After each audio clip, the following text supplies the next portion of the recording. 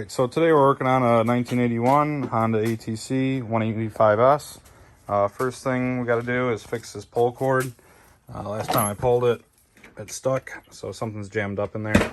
So we'll take the cover off, see what's going on, see if the spring got jammed. And then this thing was not running so hot the last time I drove it, so we'll take the carb apart, see what's going on in there. Alright, so this we're going to be using a 8mm. Just one thing to keep in mind when you're taking the pull starter off, the shifter will be in the way. And the bolt that holds the shifter on is keyed to the shaft. So you do have to take it completely out, and then a screwdriver can help you wedge it out. Alright, so looks like it was just jammed up. It's working properly again, but this rope is in terrible condition, so I'm going to replace that.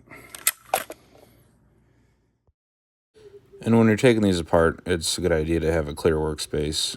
You want to lay everything out as you take it off. There are quite a few little parts in here, but once you take one apart and put it back together, it's actually pretty simple.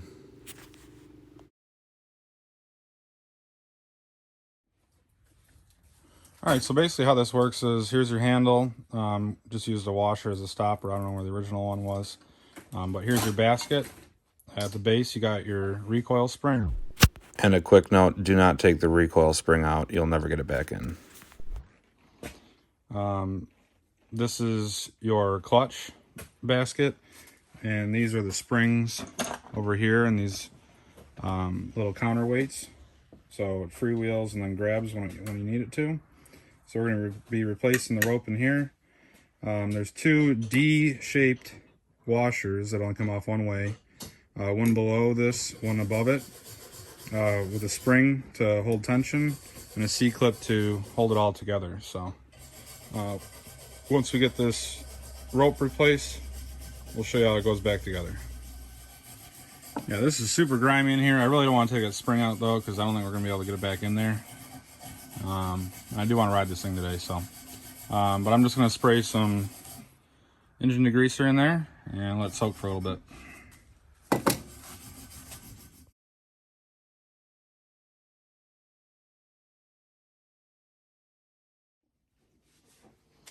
So anybody that's got one of these 185S's or 200S's always knows the compression release hole is always empty, because those usually break on these things, but it always lets water in. So found a little body panel grommet, and it fit in there really nice. So I'm just gonna use some RTV and fill it in. Alright, so you actually got to preload the spring and then feed the rope through. I did do this backwards the first time, so I'll show you how to do this coming up. Yeah, so you want to have your rope out, and then you want to preload the spring. This is a little bit difficult because you have to hold it in place while you try and find the string hole again to feed it back through. I preloaded mine 5 or 6 turns. I would suggest doing it probably 8 to 10. That should give you enough throw to pull it out to shoulder length.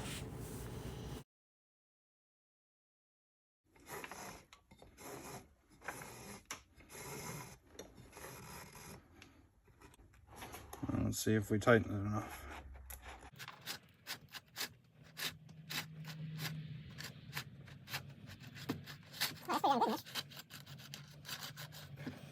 Alright, so we'll snug all that up and we should be good. So was that like 4 turns you did? Probably more than that. Yeah, probably 6 turns or so. This knot was a good... That's a forever knot you made. That's called buttering the clutch. Yeah. As long as I don't lose all this junk while we're goofing around. So hopefully this is how they went together in the first place. Yeah, one ring goes down there. So, see, this goes like this. Okay. And then you put, okay. Then you put this D one on there. And then your C ring. Yeah. And the arms come out of there. Okay, your one-way clutch arms that shoot out, huh? Mm-hmm. Look at that. Yeah, look, and then the fingers stick out. How the fingers are coming out? Yeah. Nice. Well, you're good to So go. that works. All right, so we rebuilt our pole starter with some new string, and the clutches are working right now. I'm gonna put a new grommet in there, just so you don't get any water here in the future. So let's put our new gasket, or our old gasket, back on.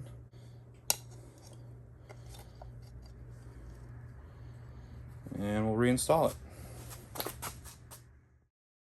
And this goes back on super easy. It's 8mm bolts, 5 of them that go around, and then you just got to put your shifter back on, which is just that one bolt, and just used a flathead screwdriver to help you get it back on the threads there. Now that we have the pull start working correctly, I wanted to pull the carburetor on it. You just pull the air box, the boot off of that, in between that and the carb, and there's 2 8mm bolts that hold it on the intake to the cylinder. So we're cleaning the carb now. So let's take this bottom bowl off. And a lot of people end up stripping out these screws on these Japanese carburetors due to them being a JIS screw. Actually, Milwaukee makes a number 2 bit with a shallower tip. Gives a great bite, and you won't end up ruining and drilling out all these screws. And I added a picture up in the left-hand corner for you. Let's see what we got here. Oh, not too bad. So we'll fill that up. This pin out.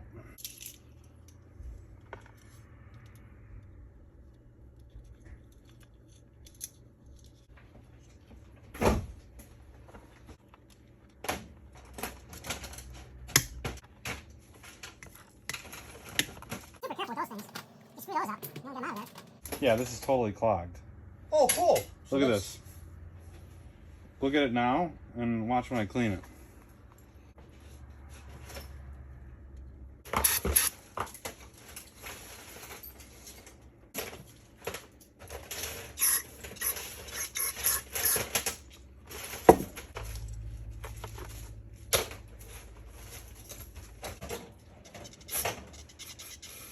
And it's not a bad idea to wear rubber gloves. This stuff will freeze your skin.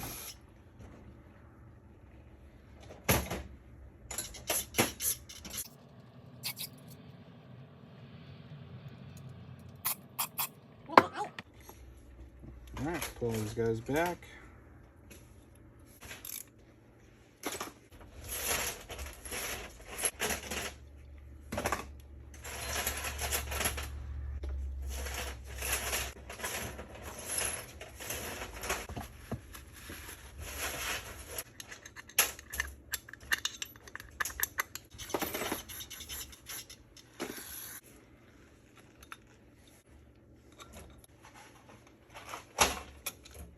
For carbs, because you got so much rubber on them.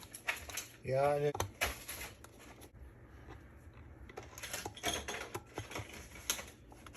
Filter on here.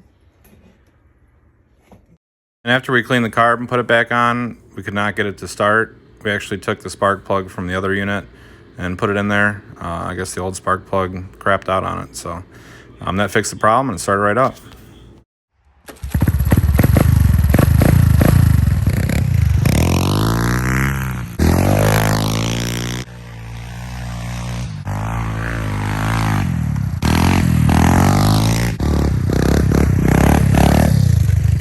So after fixing the pull cord and cleaning the carburetor and replacing the fuel lines and adding a filter, thing ran great.